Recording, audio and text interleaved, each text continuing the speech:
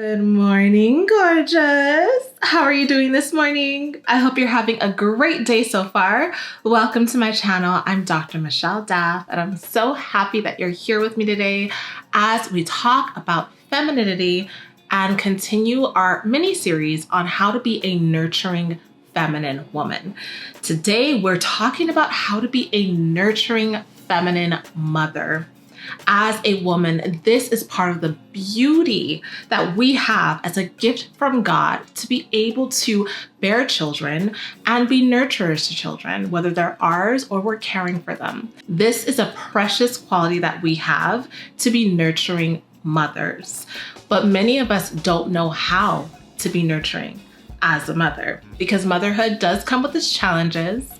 However, the mother is referred to as the one who cares for the children, and not just caring in terms of their physical needs, but caring for their emotional needs, caring for the physical needs that go beyond the food and the home, that go to the heart, the empathy, the love, the tenderness, the compassion, the unconditional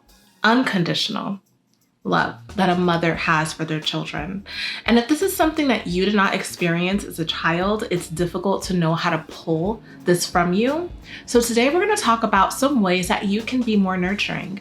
It's not all of the ways, because there are so many ways, and of course it depends on each individual, but these are just some tips. These are just some reminders. These are just some ways that you can think about being a nurturing mother, because you as a mother are, I don't want to say the most important, because you're not the most important, but in terms of childhood, the mother is the one the child seeks for their sustenance, their emotional sustenance. We're the ones that children lean on when they need tenderness, when they need affection, when they need compassion, when they need care. They go to their mothers. If you do not know, I do have a podcast called The Dr. Daff Show, and most of this information will be there, but I'm going to start talking about it here. And if you want to listen to the rest of this episode, you can listen at The Dr. Daff Show on all podcast platforms. So with that being said, I want you to go ahead and sit back, relax, and let's talk about this. Children are a gift from God. God gave you this child regardless of how the child came into the world. Whether the child came into the world in a way that you loved or in a way that you didn't love so much, the child is still a gift from God.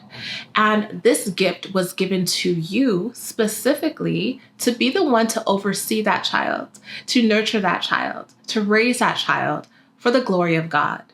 God did not make any mistakes with this, and you are the perfect mother for your child. You may not be reaching all the way in and bringing out the attributes and the gifts and the qualities that your child needs from you, but I pray that this video is a reminder that you are an overseer of your child as a duty that God gave you. Your child actually belongs to God, and you are stewarding this child's life. And your nurture is one of the ways that you honor God for blessing you with this beautiful gift. So one of the ways that you can be a more nurturing feminine mother is by just being there for your child. Now, when we talk about femininity, a lot of it does resort to being present, to being still, to being able to take in our environment, right? And when you are a feminine woman, you value the idea of resting, of leaning back, of observing, of seeing where you fit in, and not just always doing, being on the go, being on the run. You are present. And part of you being present is you being present physically, actually being around your child.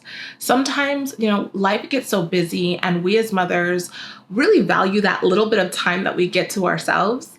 So sometimes we get into this mode where we may want someone to always be around and take care of our child. We're not actually trying to be around them because we figure we have things to do. So if the TV can entertain them, if a book can entertain them, if someone else can entertain them, then that's perfect. Then we can go do our thing.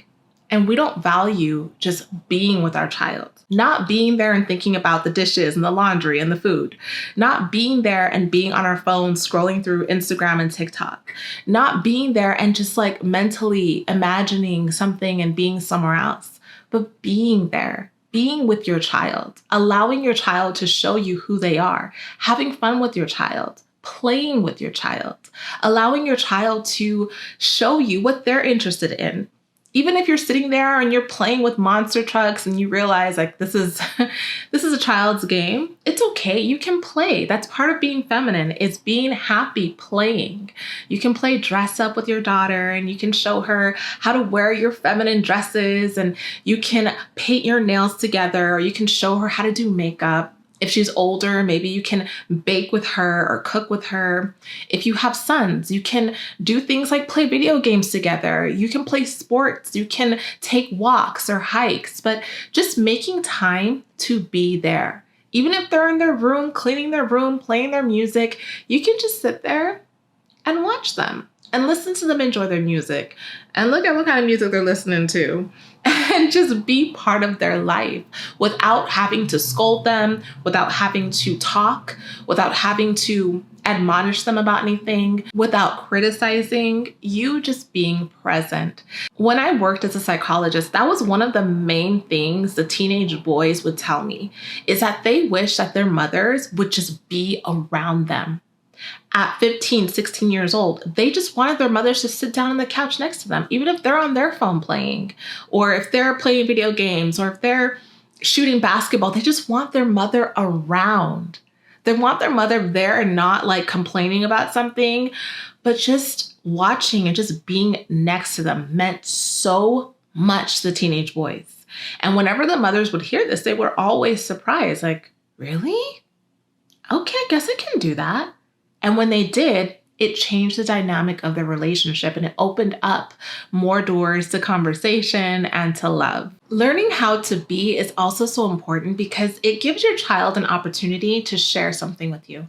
If they know that you're available, even if you're not with them, you're in the house and you're just reading a book, flipping through a magazine, you're just arranging flowers, something just very like open. They know you're there and they know you're open to listen. If they have a problem or if they want to run something by you, you're there.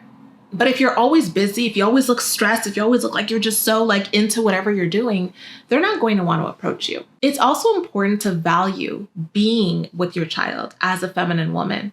This is why many feminine women find themselves in situations where they end up staying home and being homemakers, because they really value that time with their child. And yes, they do have that luxury of being able to even say, okay, staying home is an option, because unfortunately in this culture in America, that's not an option for most women. And so many women have to like rush back to work after having a baby. The baby is 6 weeks old at the time where they really need significant amounts of nurture.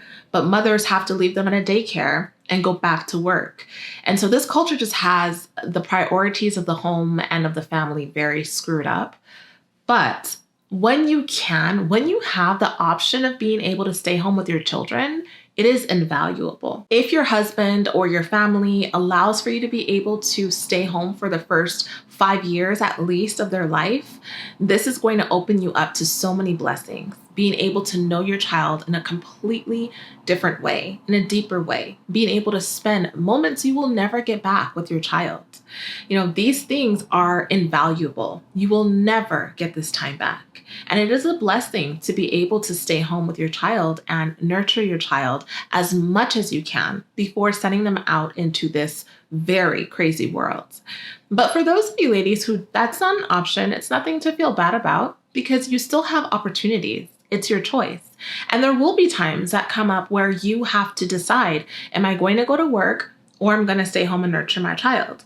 For example, if your child ends up becoming ill, God forbid, they have a cold or something, and you know they are very, very sick, but they're old enough to stay home.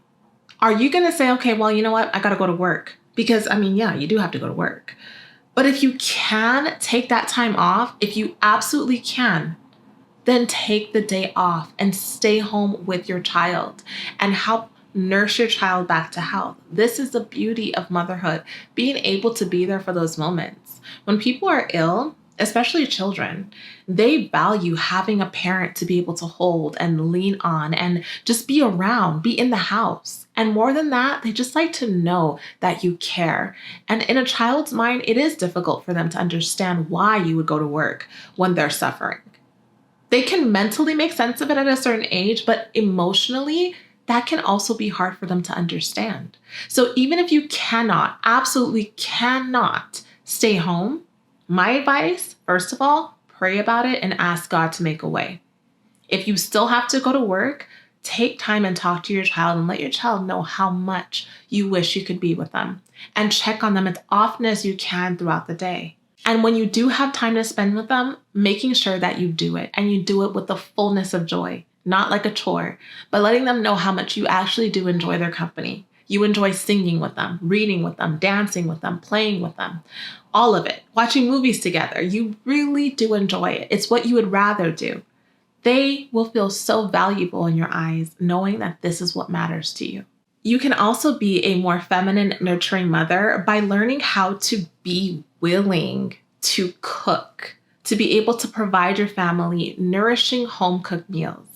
This is a beautiful way to say I love you to your children, is by ensuring that they're eating clean, healthy, nourishing meals. And your love is weaved into those meals as you cook them. And they're happy to know that you're happy to make them something delicious to eat.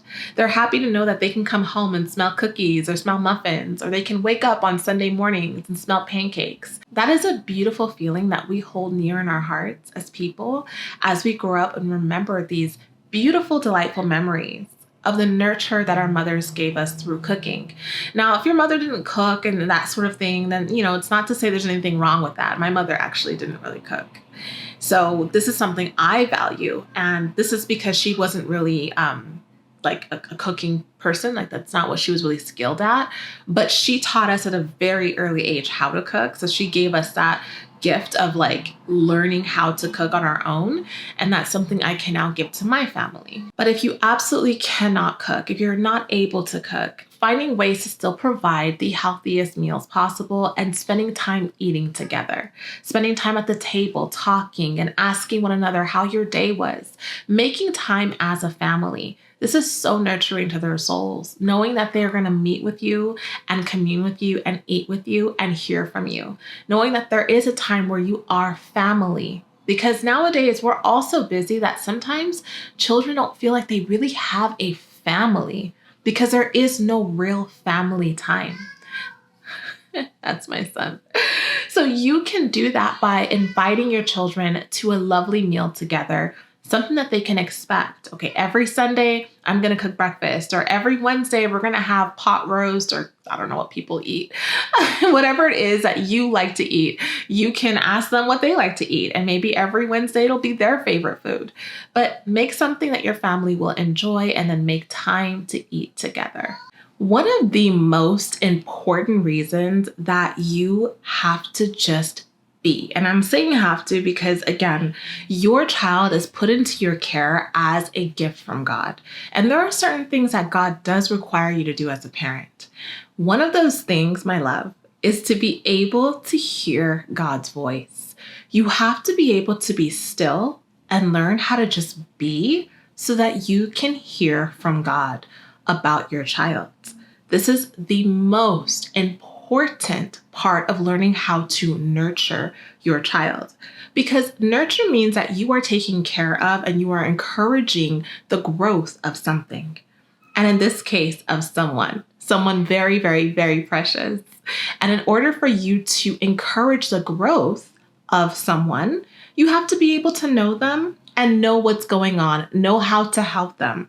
And the way that you know is from God. But you cannot hear God in this busy, busy world if you do not take time to be. So I want you to ask yourself, are you available to God? Can God speak to you? Do you speak to God? Are you in constant conversation?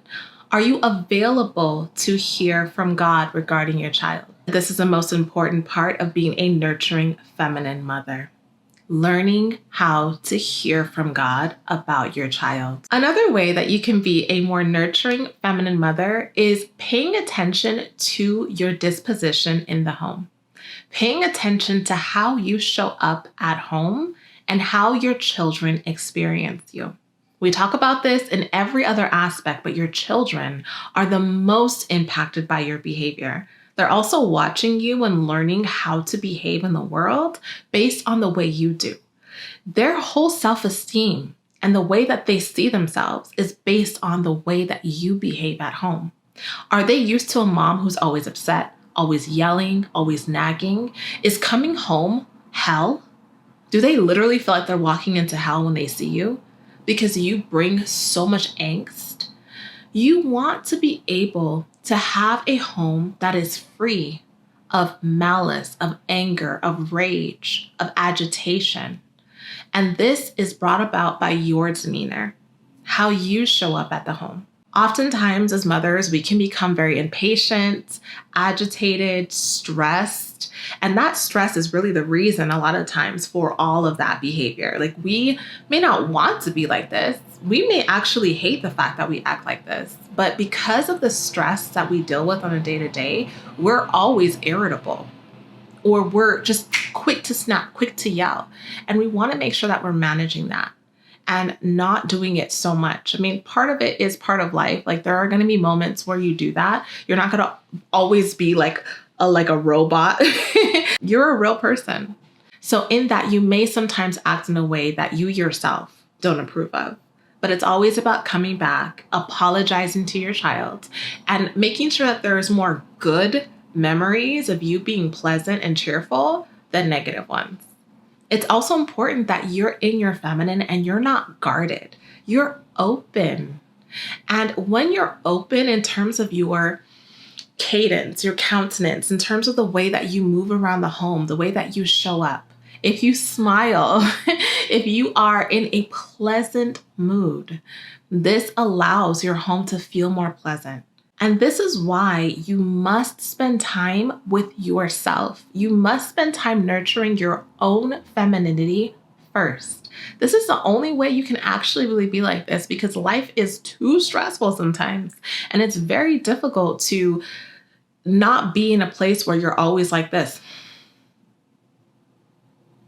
If you're not nurturing yourself, you're going to be like that, because that's like the default behavior. So we want to make sure that we're spending time caring for ourselves, making sure that you look feminine in the home. You don't always have to be dressed up, of course, but try to wear dresses. Try to look like a lady. Try to look like a woman in the home. This brightens up everyone's day, including yourself. And it allows your daughters especially to see what a beautiful feminine woman looks like, something to model after. It allows your sons to know what a beautiful feminine woman looks like. So try to look pretty, wear dresses, paint your nails, put on a little makeup from time to time. Don't walk around all day, every day with a bonnet on your head and looking like you just rolled out of bed all day, because they're going to copy that. And they're going to think this is natural, this is okay, and it's not. When you're a mother, you have to actually be more intentional about every single thing you do, because you are modeling for someone else. Your children are looking to you as their model. Even if they're boys, they're still watching you. And so we have to do things that we don't always want to do. We don't always want to get dressed or wake up at a certain time. We may want to wake up at 12 noon and let our kids get their own breakfast and get their own everything. But that is not you being a nurturing mother. As a nurturing mother, you actually wake up earlier than your children and you prepare the home for them. You clean up their toys if they're too young to clean up themselves. You get their breakfast and their food ready for them. Yes, of course, over time, they're going to learn independence, but they shouldn't be so independent that you're a ghost, that you're non-existent. You're laying in bed and it's 2 p.m. and your 9-year-old daughter has to get her own breakfast and lunch, and she's wondering when you're going to wake up. We have to move away from that. That borders neglect. That borders abuse. We have to remember that you are someone's mother. And that position is to be held with honor. So how are you honoring your own position as a mother? I invite you to think about this and to start working on this. There's a quote that says, if there is light in the soul, there will be beauty in the person. If there is beauty in the person, there will be harmony in the house. If there is harmony in the house, there will be order in the nation. If there is order in the nation, there will be peace in the world. And this is a Chinese proverb, and it's so beautiful because everything that we see in this society is a result of what happens in individual people's homes. People who are left with no nurturing home environment, no love, no tenderness are the ones out in the world right now in pain. And that pain is what causes so much violence and just ugliness in our culture. We are the light in the family as the mothers. We bring that light into the home. We bring that peace and that harmony and that love. It's our responsibility, and it's a beautiful one to have. We just have to continue to remember this in each and every moment so that we're showing up the way that God intended us to when He blessed us with this child. Oftentimes, we're not able to show up in the beautiful way that we want to because we are tired. We are not refreshed. And in order to be a beautiful, nurturing mother, it's important to value refreshment. You want to feel refreshed as a woman. And it's hard to do that when you're losing out on sleep. You're not eating right. You're just getting little crumbs here and there, even though your child is getting 5-star meals, right? We have to do things to refresh ourselves. In the Word of God, it says, I'll refresh tired bodies. I'll restore tired souls. Jeremiah 31:25. So God is saying that He Himself is the one that will refresh your tired body. He will refresh your soul. So making time for God is so important in terms of refreshing yourself in order to show up as a light to your family. Because ultimately, you want to be able to exhibit the fruit of the Spirit. The Lord is supposed to be manifested through you if you're in Christ. The qualities of God, patience, love, long-suffering, all of those beautiful qualities of God are supposed to be showing up through you to your child. Your child is supposed to experience God first through you. So are you manifesting God? Are you introducing your child to Jesus through you? So try not to get into the habit of always yelling at your children, scolding them. Watch your tone. As a beautiful feminine woman, it's important for us to value softness. And I know as a community, especially in the Black community, softness is something we are really struggling to embrace, but we're actually doing a really good job of it now. Now that there's so much more content out there, people are recognizing where they're lacking, and they know that they need to be softer. And softness is something your children absolutely need from you. And I'm sure you probably needed it from your mother. A little bit more softness. It would have done wonders for you. But it's okay. You're here now, and you can provide that to your daughters and sons. Watch your tone, gentle correction, redirection, and love. Discipline is necessary for children. If you don't discipline them, you don't love them. You must discipline them, but with a gentleness, with a sternness, and with a gentleness. That is the way to go. They must experience the love of Christ through you. And your children have to also know that you love them no matter what, that you have unconditional love for them. It is necessary that they know that there is nothing that they could ever do that would stop you from loving them. You may not agree with what they're doing and how they're doing it, but you love them, and that never changes. Children now are dealing with a very different world. This world is, I don't even have words.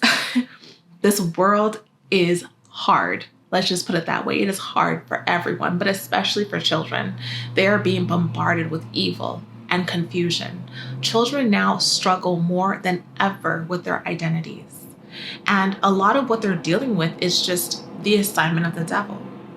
And so our children need our love and our tenderness and our care more than ever now.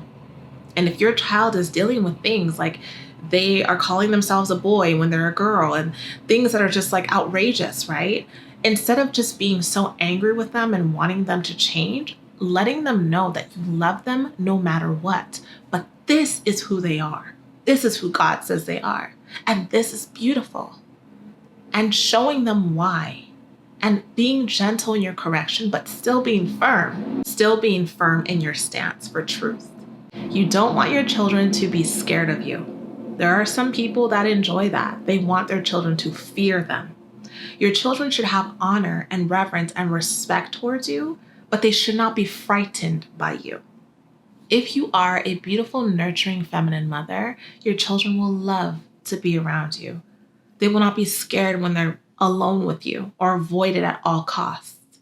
They will actually welcome it because you bring so much joy into their heart because of the way that you treat them. And with that, in terms of being a nurturing feminine mother, it's absolutely necessary that you value physical affection and emotional connection.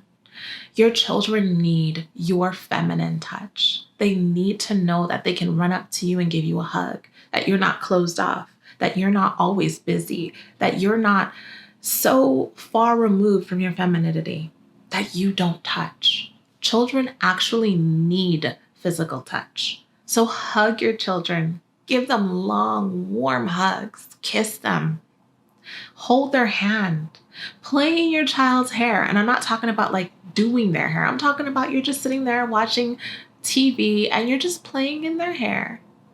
You know, do things where it requires some physical touch, some connection. Connect with your child in a physical way. They will appreciate that. As they get older, I know they tend to kind of not want to be touched and act like they don't like it, but they do. And when I was working as a psychologist at the high school, I would see a lot of parents and children who had issues. They had tension with one another. And I found it interesting that the parents would come to school, since we're talking about mothers, so mothers would come to school for the meeting, and this child who hasn't seen their mother all day doesn't even hug them, doesn't even, like there's no physical affection whatsoever. And in the meeting, there's coldness, like one person sitting here, one person sitting here, and there's this like tension in the air. But by the time the meeting with me is over and we've talked through everything and maybe one person is crying, the child will come and hug the mother. And you just see that everything melts away. That hug is just so powerful because the love of God is infused in anything that produces love. And so that beautiful moment shifts everything. It shifts the whole dynamic. Just that little bit of touch. So give your child affection, especially during hard moments, during conversations that maybe get a little bit tense, or if you had to discipline them, give them affection afterwards. Give them a hug afterwards and let them know you love them. But yes, you have to discipline them, but you love them. Allow them to know that you are a beautiful, open woman who accepts any forms of love that they're willing to show you. But you have to show it first. They're going to model after you. You may struggle with this because so many women did not receive the nurture and the affection that they needed as children. So as we got older, maybe we struggle to have those kinds of relationships with our children. But do it. Even if it feels weird, even if it's uncomfortable, it will become more comfortable as you continue to do it. Those moments mean so much. And not just physical affection, but affectionate words, telling your child how great they are, motivating them, affirming them, congratulating them, but just doing it with love and doing it often. It's never too much. They need it from you because you're the one that they look to for their identity, for their motivation, for their confidence. They learn from you. So don't hesitate to do it. I don't think parents do this enough. Especially when I see children who are really struggling academically or struggling with their behavior, their parents do not affirm them enough when they see them doing good. They don't affirm their strengths. They don't take the time to notice and then comment and value it without some sort of negative remark or you should do that more often. Oh, I didn't know you could do that. Then how come you haven't been doing it? No, just say beautiful things that will plant as seeds inside your children that will blossom as flowers that they can carry with them throughout their lives. So if you're not doing this enough, ask the Lord to help show you how you can do it more and be willing and open to do it as much as it needs to be done. I do have one more point that I want to talk about, which is being watchful over your children, but I don't have time to talk about it here. I'm going to have to talk about it on my podcast, but I do want to just mention that it is important for you to be watchful over your child. Watchful in the ways that you see their strengths and where you say they struggle. Asking God to show you what your child needs, because this is your job.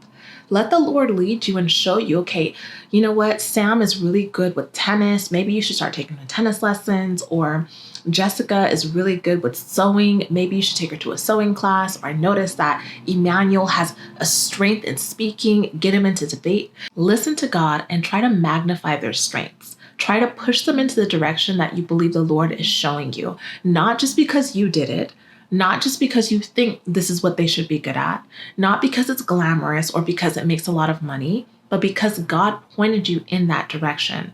Definitely try everything out, but don't push, don't overdo it in areas that they don't want to, unless God says otherwise. But God will lead you. Teach your children to pray and to have a relationship with God. This is the most important thing in their life. Pray with your children every night and every day. Anoint their head with oil before they sleep. Protect them with your prayers. Pray for your children. A lot of us are not doing this enough. Every single chance you get, pray for your children. Teach them how to pray. Teach them how to have a relationship with God. This is how you set them up for life. Yes, you don't have to do it all by yourself. God is always watching over them, and the angels are always protecting your child. You do not have to do it alone. You have the help of God, but you must lean on Him and pull your resources from heaven.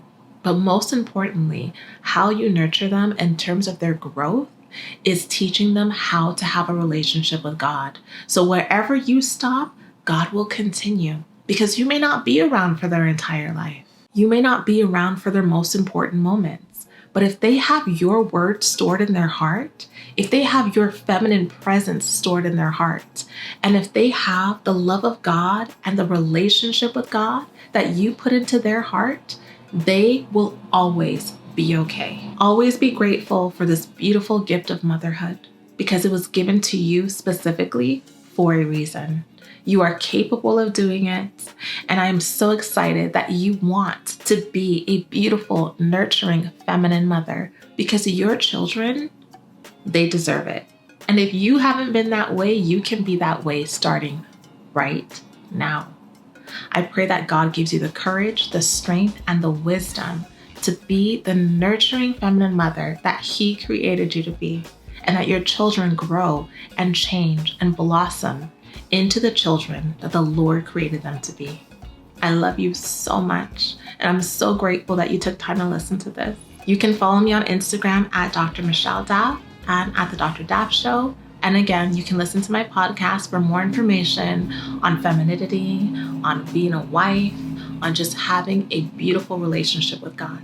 Until next time, remember that in all things you do, make a feminine impression. Bye-bye.